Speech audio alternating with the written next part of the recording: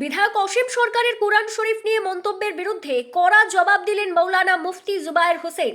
নসিপুর ফোরকানিয়া মাদ্রাসার উদ্যোগে রবিবার সকাল থেকে দুপুর পর্যন্ত অনুষ্ঠিত হলো আজমাতে কুরআন সেমিনার কনফারেন্স।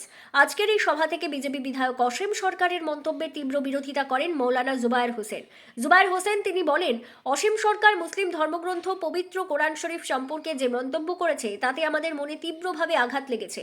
তিনি একজন জনপ্রতিনিধি হয়েও এ ধরনের মন্তব্য ধর্মীয় অনুভূতিতে আঘাত করায়, পাশাপাশি সমাজের সাম্প্রদায়িক সম্প্রীতি নষ্ট করার কাজ তিনি করেছেন।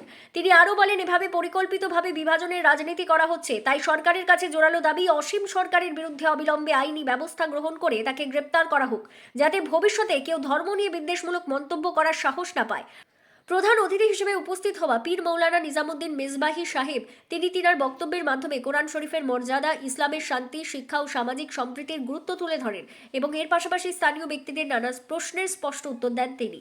এছাড়া উপস্থিত ছিলেন নসিপুর ফোরকানিয়া মাদ্রাসার প্রধান শিক্ষক বদরুল ইসলাম সাহেব, মৌলানা সেহিরুল ইসলাম, মৌলানা ইব্রাহিম শেখ, মুফতি মোবারক হোসেন, খরিবোনা গ্রাম পঞ্চায়েতের উপপ্রধান জামরুল শেখ, এছাড়াও অত্র মাদ্রাসার শিক্ষক, ছাত্র, বিভিন্ন মাদ্রাসার আগত শিক্ষক এবং এলাকার গণ্যমান্য বিশিষ্ট সমাজসেবীরা উপস্থিত ছিলেন।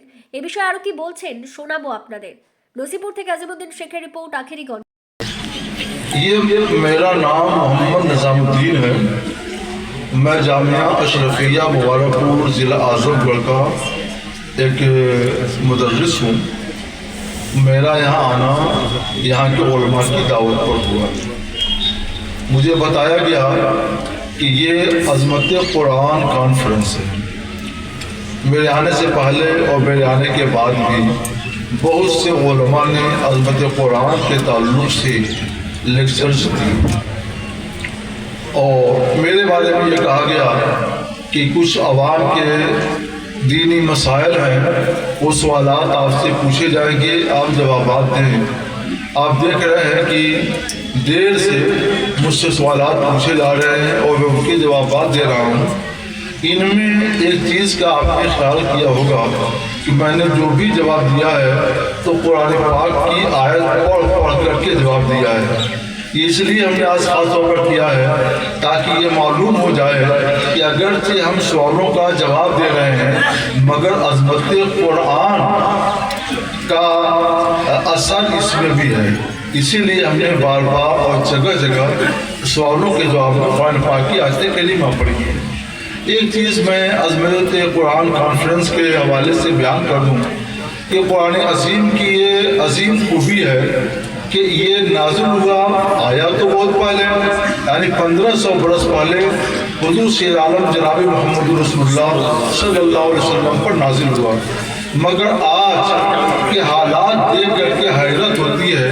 मैंने आज के हालात में बहुत चीज़ों का जायज़ा लिया कि मसला पैदा हो रहा है आज और इसका जवाब 1500 बरस पहले कुरान ने दे दिया।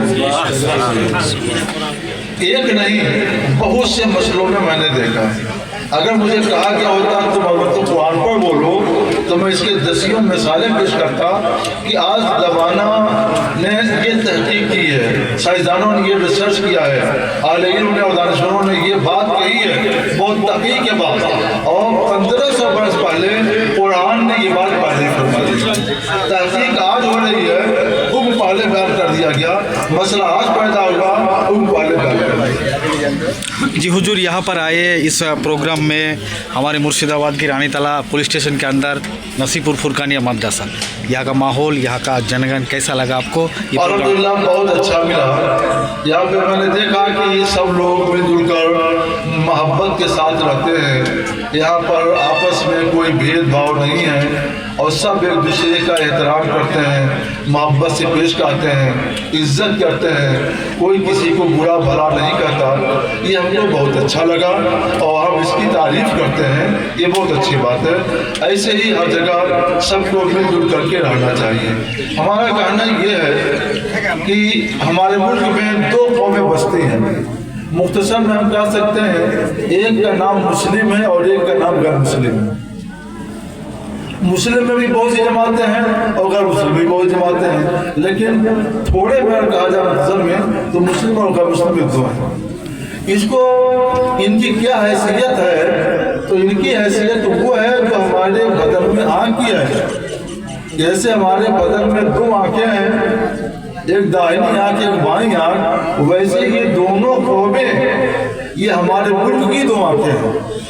अगर किसी एक आंख को तकलीफ पहुंचेगी तो दूसरी भी तकलीफ से दो चार होगी। इसलिए हमें चाहिए कि इन आंखों में कोई भी किसी आंख को तकलीफ ना दे। मुल्क हमारा है, रियासत हमारी है, हमको मिलजुल कर रहना चाहिए। कोई किसी को ना तकलीफ दे और ना ही कोई किसी से गैर मुनासिब बात कहे, बल्कि सबका ख्याल करें, सबकी इज्जत करें। अगर एक को जरूरत पेश आती है कि उसकी जान बचाने के लिए डॉक्टर कहते हैं कि खून देना होगा, तो मुसलमान को जरूरत पेश आए तो गैर मुस्लिम दे, और गैर मुस्लिम को जरूरत पेश आए तो मुसलमान दे। Thank you. इस तौर पे हमको रहना चाहिए। अगर हम इस तौर पे रहेंगे और इसी तौर पे रह भी रहेंगे, इस तौर पे हमको रहना चाहिए और इसी तौर पर रह भी रहे हैं, अवामी तौर पर यही है। इसलिए हमारा मुल्क आज भी तरक्की कर रहा है और आगे बढ़ रहा है।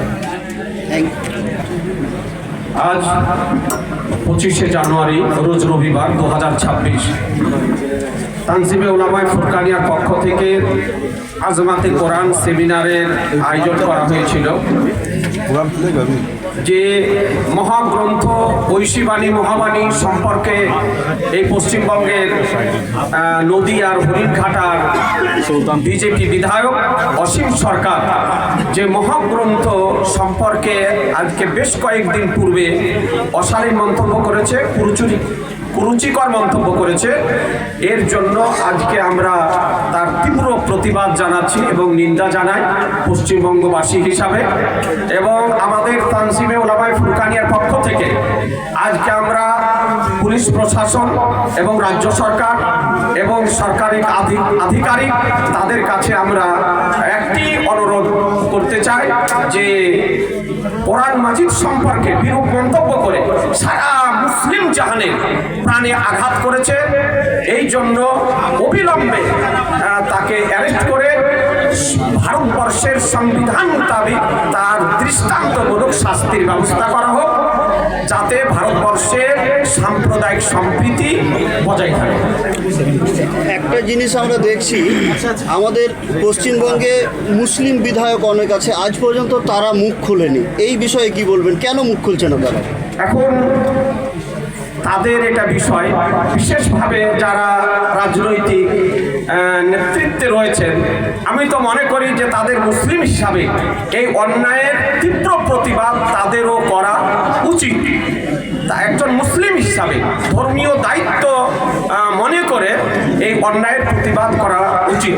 কারণ আজকে অসীম সরকারের এই ঘৃণিত মন্তব্যে যে পশ্চিমবঙ্গের ভাইচারা তা নষ্ট হচ্ছে, হিন্দু মুসলিম যে ভ্রাতৃত্ববোধ তা নষ্ট হচ্ছে এবং সাম্প্রদায়িক সম্প্রীতি সেটা নষ্ট হচ্ছে। সুতরাং এ ধরনের যে সাম্প্রদায়িক সম্প্রীতির বিরুদ্ধে যে হিন্দু মুসলিম মধ্যে যে বিভেদ সৃষ্টি করতে চায়, এই রকম ব্যক্তির বিরোধিতা হিন্দু মুসলমান সকলেরই করা উচিত, এটা আমি মনে করি। একসঙ্গে আওয়াজ উঠাতে হবে, সকলকেই একসঙ্গে আওয়াজ উঠানো পশ্চিমবঙ্গের নাগরিক হিসাবে এটা রাষ্ট্রীয় দায়িত্ব, আমি মনে করি ধর্মীয় দায়িত্ব এবং সামাজিক দায়িত্ব, এবং আমি তাদের নৈতিক দায়িত্ব মনে করি। মুসলিমদের পাশাপাশি অনেক হিন্দুরাও কিন্তু কোরআন শরীফের অবমাননার বিরুদ্ধে আওয়াজ তুলেছে। তারা আওয়াজ উঠায়নি, কেন উঠায়নি?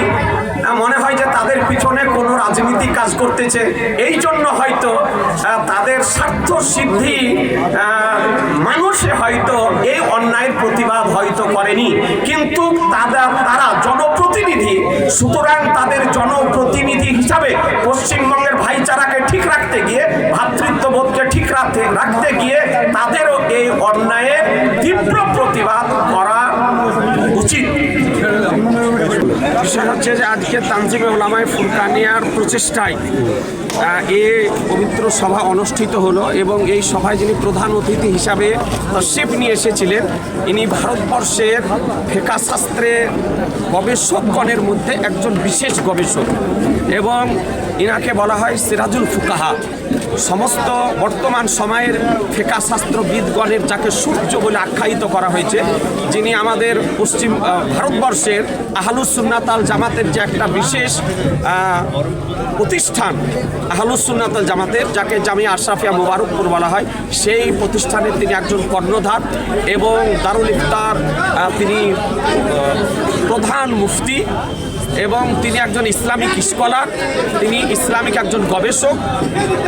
তার নাম হজরত আল্লামা মাওলানা মুফতি মোহাম্মদ নিজামুদ্দিন মিসবাহি রাজভী মাদ্দাজিল্লাহুল আলী।